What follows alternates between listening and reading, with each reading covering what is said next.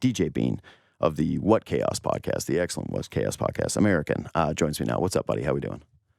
My friend, I hate to correct you, but in fact, what you want is a 24-hour stream where you are watching two people slowly lose their minds over the course of 24 hours because you just can't miss anything on deadline day. You're going to do 24 hours? We did it last year. It was an absolute mess, but it was so fun. So we're doing it again. And I'm already trying to like get my eating and sleeping right ahead of time, drink water. But it's just going to be a catastrophe. But it was so fun last year. We did first looks of every player who was traded, but instead of photoshopping, we painted them. And it was a real fun endeavor. That is fun. Did you sleep on the stream?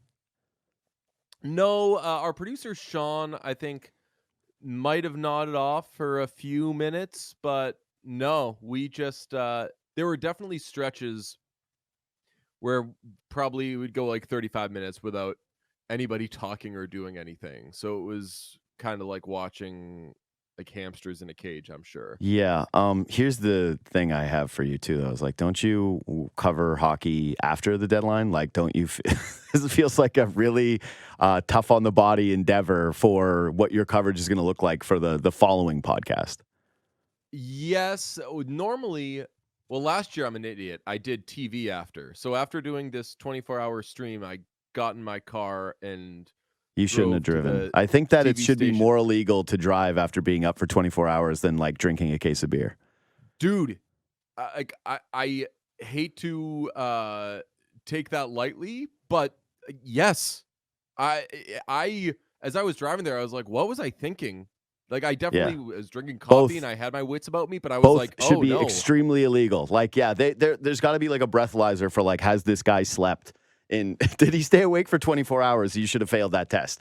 Because, I think that at some point they're like, there's a lot of coffee and goldfish on your breath. Yeah. You've done something stupid and you shouldn't be allowed to drive. So we're talking about coverage right now, and I did actually want to talk to you about coverage and specifically like for you guys and sort of what you're seeing down south of the border. Like I saw Matthew Tkachuk did, I think it was Fallon. It was like a late night show. Yep. I saw clips of it. I didn't love it. I was like, yeah, okay, I get it. The playing up of the family stuff. You got to do that.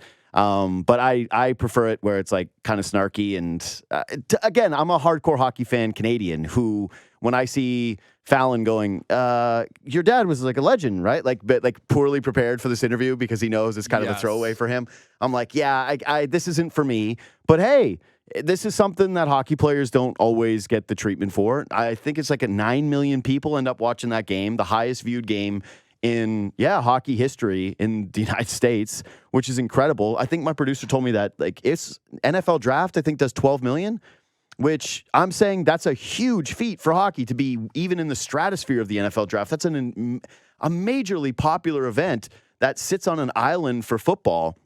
So to even be in the conversation with it is amazing, amazing, amazing. That being said, you look at some of the national television schedule, it's like I think there's only one hockey game on in the States this week.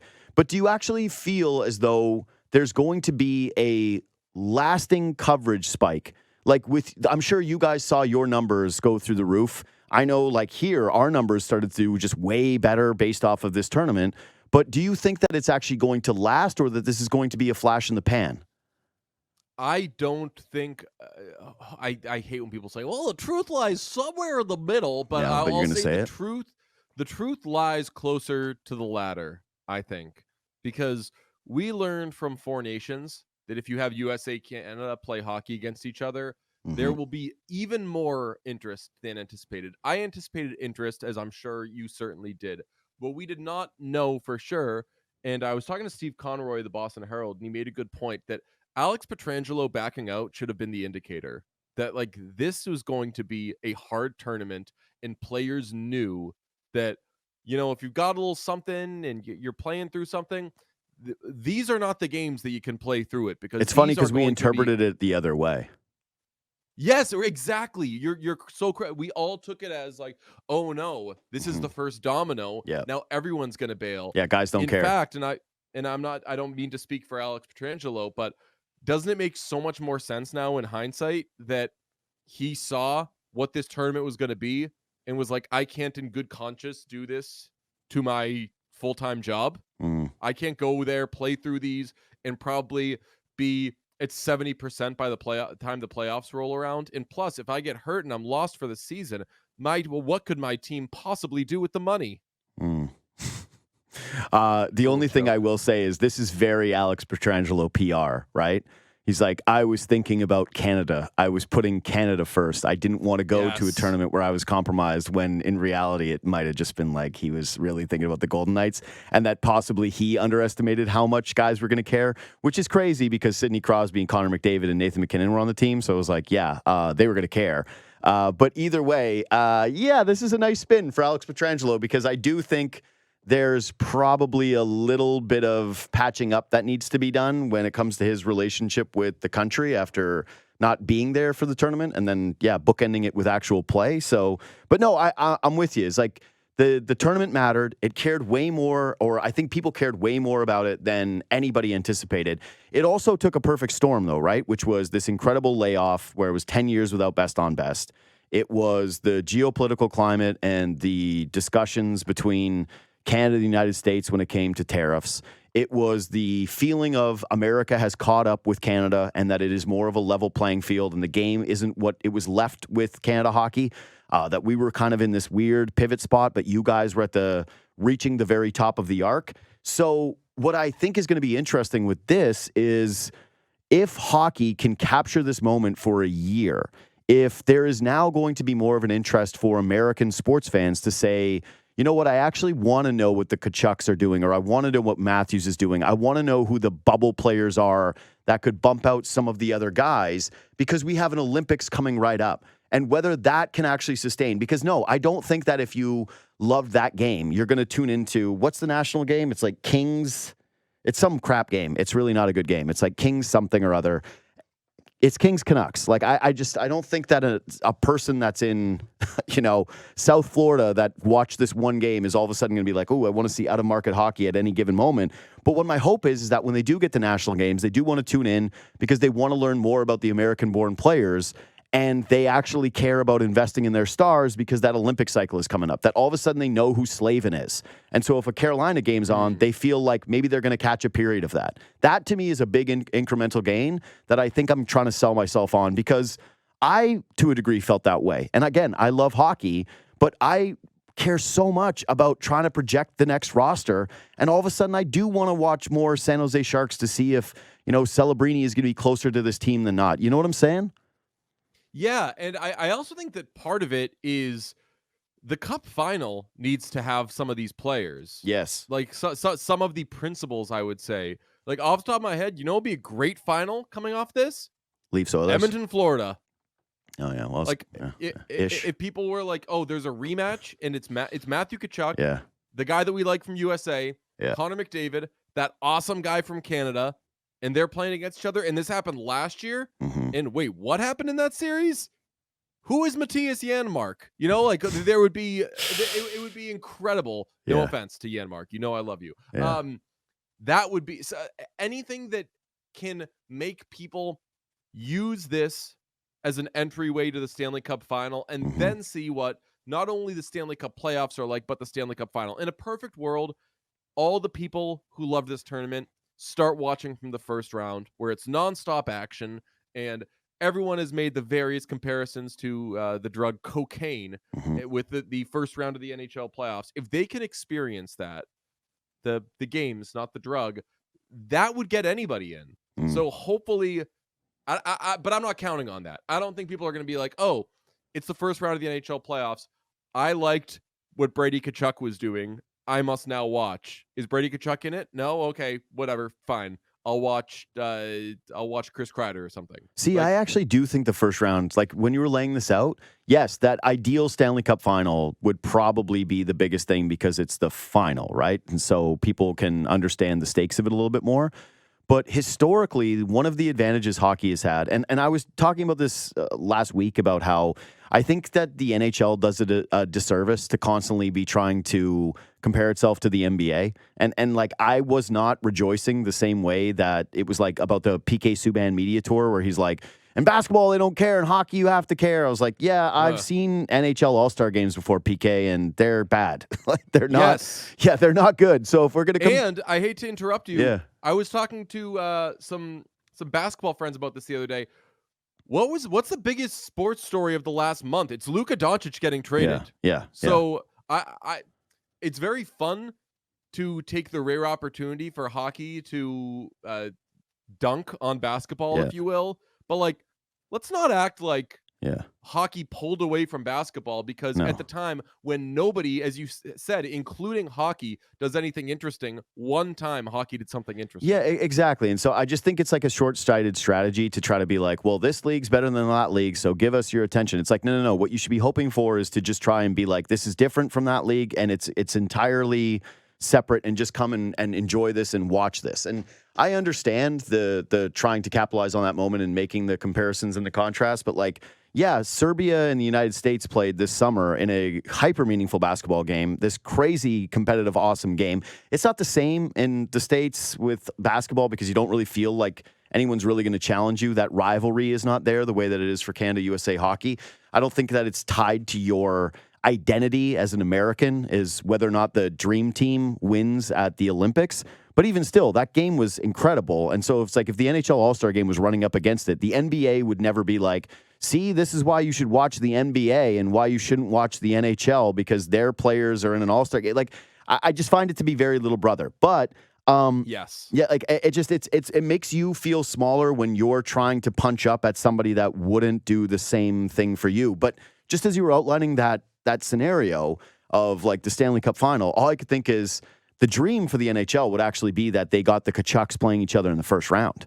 Like that they got a Florida-Ottawa series right away and they were able to go brother versus brother.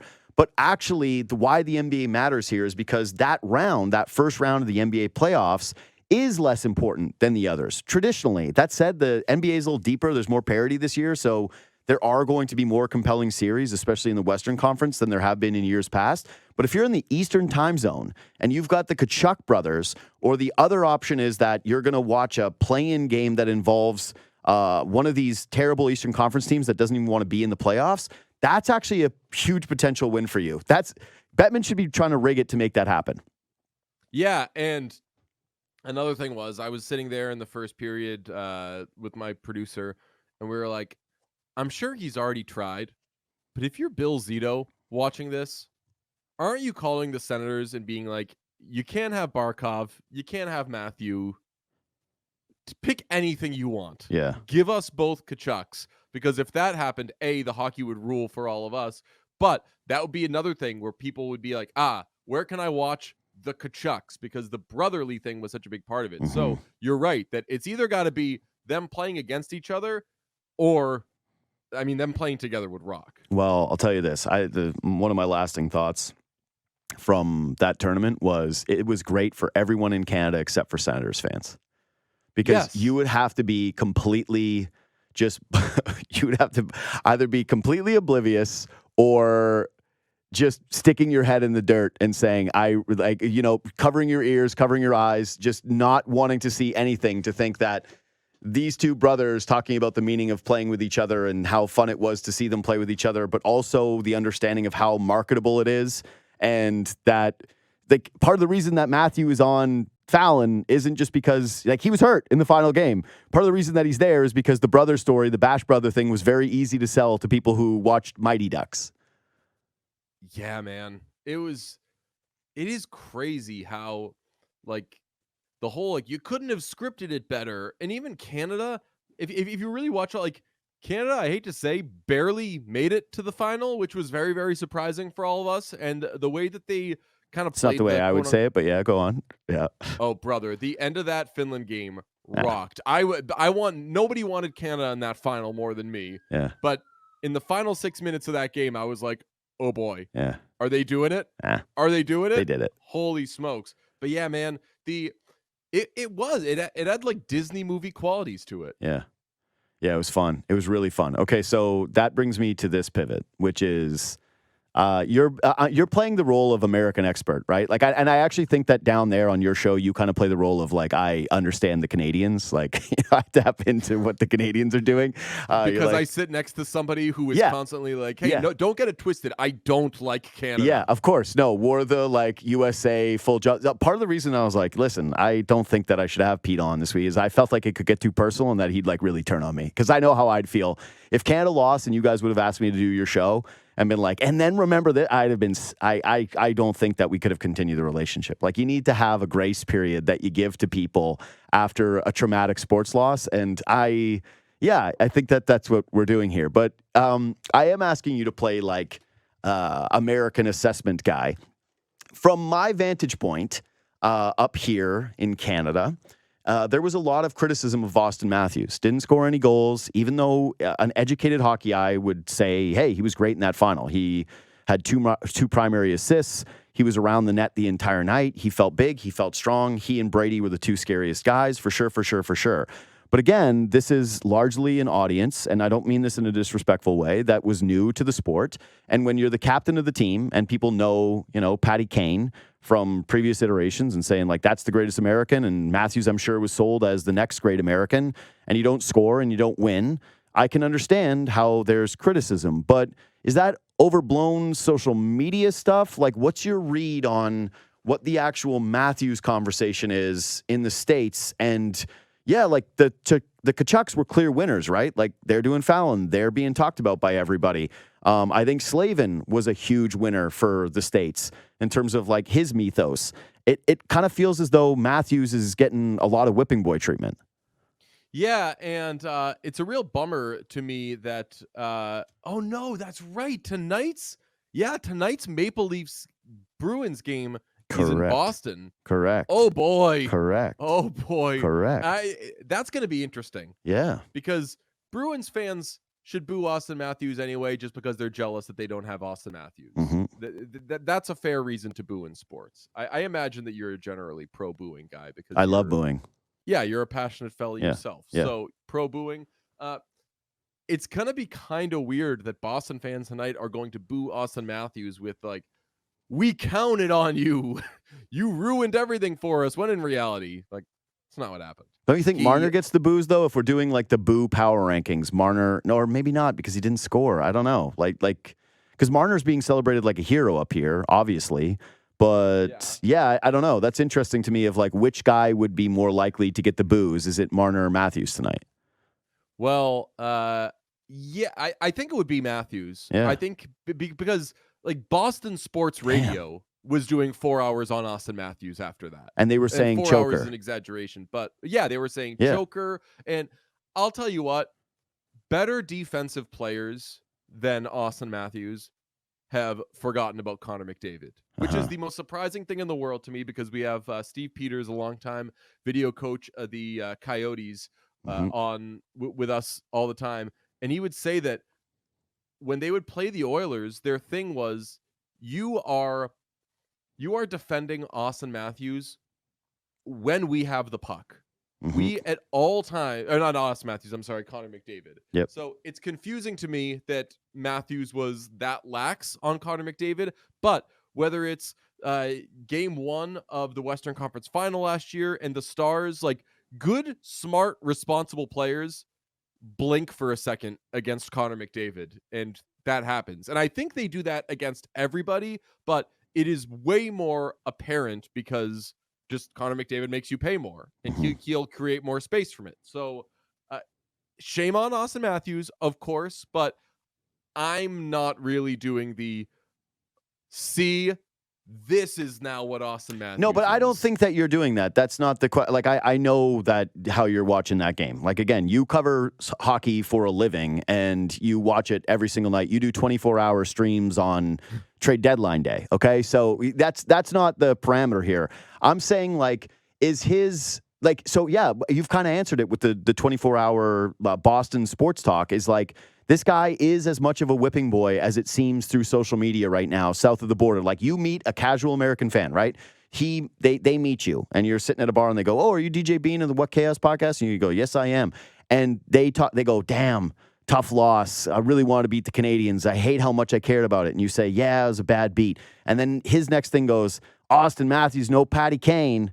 That's happening. Yeah. Yes. Yeah. That is happening. And I don't like that. I do think that some players have more of like that chutzpah to them and the quote unquote winning quotient. But I think a thing that sports fans do, the more casual they are, is try to connect with players on things that they can understand. So if any of us don't do a great job at our job or we fail, oftentimes it can just be that our head wasn't really in it. And what were we thinking? We screwed up. So when players lose, the easiest way to relate to it is say, oh, they didn't try, or they didn't care, or they didn't have it in them.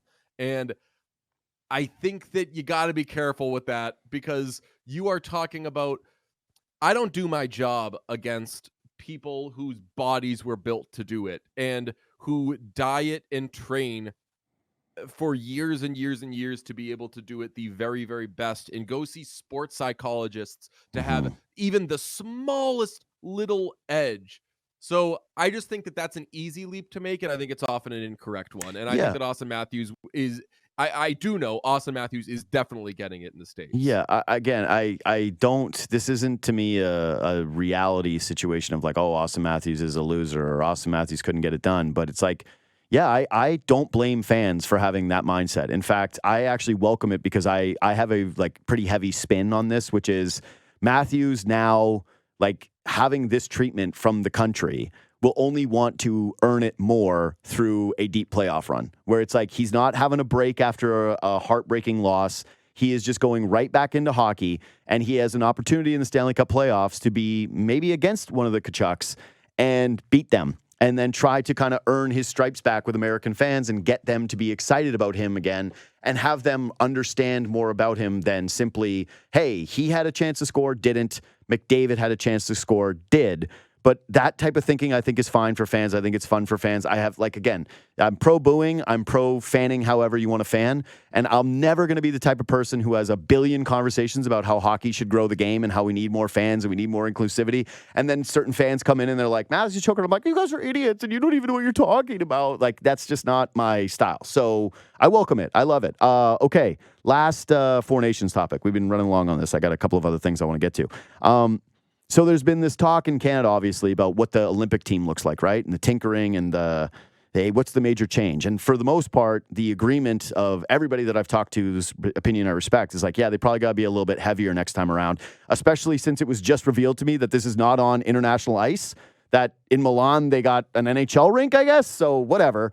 And that used to be something I'd be like, this is to our advantage. And now all of a sudden it's like, oh, maybe this isn't as good for us. But either way, so the Canada quotient is got to get a little heavier. What's the USA equivalent of this conversation right now?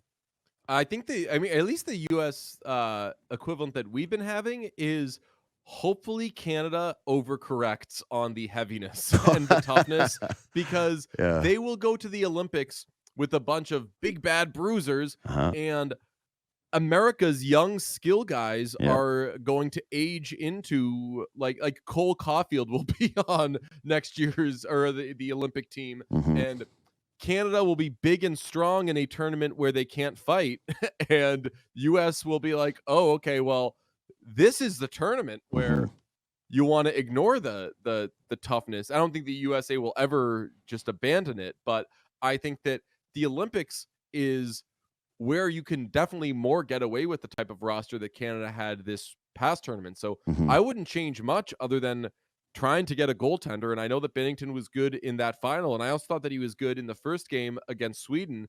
But man, like I know I said it earlier, like they almost lost that Finland game. No, Binnington's the guy now, and he's like he's getting the opportunity. Like it's just he's the guy now. We trust him. He's the guy. There's no ill will or ill speaking of Jordan. It's like there's certain things that happen in Canada where it's like It changed for Sidney Crosby because some people thought he was a crybaby before he scored the golden goal. And then once he scored the golden goal, it was like, if you say something mean about Sidney Crosby, we're going to put you in prison. Okay.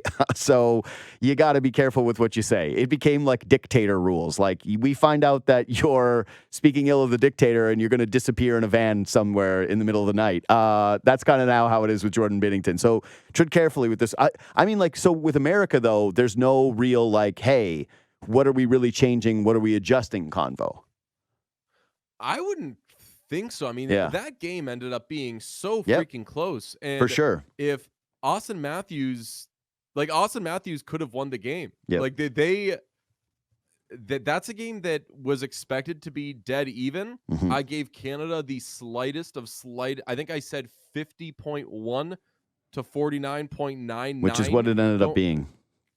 Yeah, like going into that game in favor of Canada, and that's how they end up winning. So I still take my chances with the United States' roster. I think that going into the tournament, I thought Canada has a higher number of elite players, but USA probably has a better roster. Yeah. And that's, who knows, like if Quinn Hughes is there and he's healthy, and I know that then you can say, well, if Alex Pietrangelo is there, and there's a lot of what ifs we can play. I think that at the end of the day, this is going to be so close no matter what. So I would not overcorrect if I were either country. Yeah. Again, like the overcorrection for Canada is to still bring like, basically it comes down to like Tom Wilson, who has 26 goals, and Mark Scheifele, who has 32. Like I don't think that they're looking at it and saying, or maybe Zach Hyman, because he plays so well with McDavid. So I think that there's some correction that does need to happen. Canada was a little too small in this tournament up front. That was definitely a thing where it was like Jarvis and Konechny and Marchand, and some of those guys play heavier, but still it was like, yeah, Marchand's probably aging out, and we'll see who ends up taking his spot. And I think you're removing one of probably Seth Jarvis, one of those kind of guys from the team, and then moving into probably a bigger guy. But that brings me to the Marchand thing. Does him wearing the Canada sweater and beating America in Boston help ease the breakup for Bruins fans that seems to be coming with this player? No, I think a lot of Bruins fans want it, and not in that they want to get rid of Brad Marchand, but I think they want the Bruins to what I call Sidney Ponson. It may be a dated reference, but in 2003, the Baltimore Orioles famously traded Sidney Ponson to the San Francisco Giants and then brought him back in free agency. This is a thing that has happened in a few other cases, but I like to use the Sidney Ponson example. Red Sox tried to do it with John Lester, but they cheaped out. It was a stupid move. But I think that in a perfect world, that's what you do. I think that you move him, get something, and then bring him back. And what the fear would be is once you move him, say it's to like if he goes to Edmonton, he ain't coming back. So like that's the thing. Like my dream for him is Edmonton, but I mean Edmonton, Dallas, certainly Colorado. If he goes to any of those three places, there's a good chance he wins. Yeah. And then isn't he like, I'm staying. I kind of like this. Or if he doesn't win, one of those teams, like you think that the Avalanche won't make Brad Marchand a big offer in the offseason now that they don't have to worry about the Rantanen thing? Yeah. I just think that it could become too tempting for him to really stay gone, which would be a bummer because the Bruins just don't have a lot of good forwards. So I want for him to be traded. I want for him to be traded. Like my hope for him is that he can win again, because it's crazy to me that Chara only won once here. It's crazy to me that Bergeron only won once here, and Marchand was here for all that and was a big part of all of that. So I hope that he can win more, and it's not going to happen in Boston this season. So my hope is that they would trade him, but I don't know. Like Sweeney talked about it as though like, hey, yeah, we want to keep him. He said that he would be surprised if he gets traded. What surprises me is that he's unsigned. And usually the Bruins don't let their good players go into walk years unsigned. So I'm not ruling it out. Yeah. Well, especially since it does seem like this was the year everything went poorly for Boston. It like got off on the wrong foot with the Swayman stuff and then just like never really recovered. The league is very flat this year. It doesn't really feel like there's special teams, but a couple teams in the Atlantic took a bit of a step, and yeah, it just looks like they're the team that's left behind, but that it's not like a tear down. It's a, hey, take one step back and try to take two steps forward next year kind of deal, more so than it is anything else. And so yeah, I think that they should trade him. I think Edmonton is the most interesting. I certainly think Colorado would be cool, but I'll tell you right now, I'll be dead honest with it. There's nothing that would make me happier. I don't even care if the Leafs paid through the nose to get it done if the Leafs found a way to get Brad Marchand. Like, oh my God. It would just be so sweet to have him in those colors and be like, we got your guy, that you won all the battles, but maybe we won the war and Toronto goes on a cup run and he has to hoist it, with a blue and white sweater on. All would be fixed. Canada would be fully back. I'm going to freak out your listeners. Matthew Nyes, the trade is 1-for-1. Nah, I'd rather. You wish. You said if they have to pay through the nose. Yeah. I meant like... We don't want Auston Matthews. That guy's a loser. Just give us Matthew Nyes. Exactly. Can I tell you something, too? I'll leave it on this. This is the first time, and I think it's just because where the Bruins are at, and maybe I'll feel differently when I'm actually watching the game, but normally I really anticipate this one because it's such a measuring stick game for Toronto, even though, who cares? It's a regular season game. Ultimately, playoffs have been the determining factor. You and I have talked in the past about what Toronto, you guys are the Don Draper. We're I can't remember the illustrator's name in the elevator that's like, I feel sorry for you. Yeah, Ginsburg. Yeah, we're Ginsburg. You're Draper. We get it. But this is the first time where I kind of feel like we're a little bit of the Draper, where it's like, you're not even really in it. Like, it's over. Who cares? I'll tell you what. I mean, I do slate grades famously on What Chaos, where we determine if the tonight's games are an A or an A minus. And I saw Boston, Toronto, and I was like, we got it. And then I just immediately, before I could finish the thought, it melted away. Yeah. And I was like, no, we don't really got it. What do we got, DJ? Yeah. We know. Yeah, first time in a while. First time in a really long time where it's been like, doesn't really have a lot of juice to it. It'll probably feel different when Marchand's doing something to Marner and he's like, no, we're not friends anymore. And then all of the Leafs fans turn on Marchand again. But it's not the same. Anyway, I look forward to tuning into some of the live stream. My hope is that you have me on because the Leafs have acquired Marchand, and I get to have that chat with you guys. Oh my God! Yes, I'll be available for that call. I'm just letting you know right now. DJ Bean of the What KS podcast, which is excellent. You can subscribe to it on all platforms there on YouTube as well. Thanks for making time, brother. Talk to you soon. Thanks, buddy. See you, pal.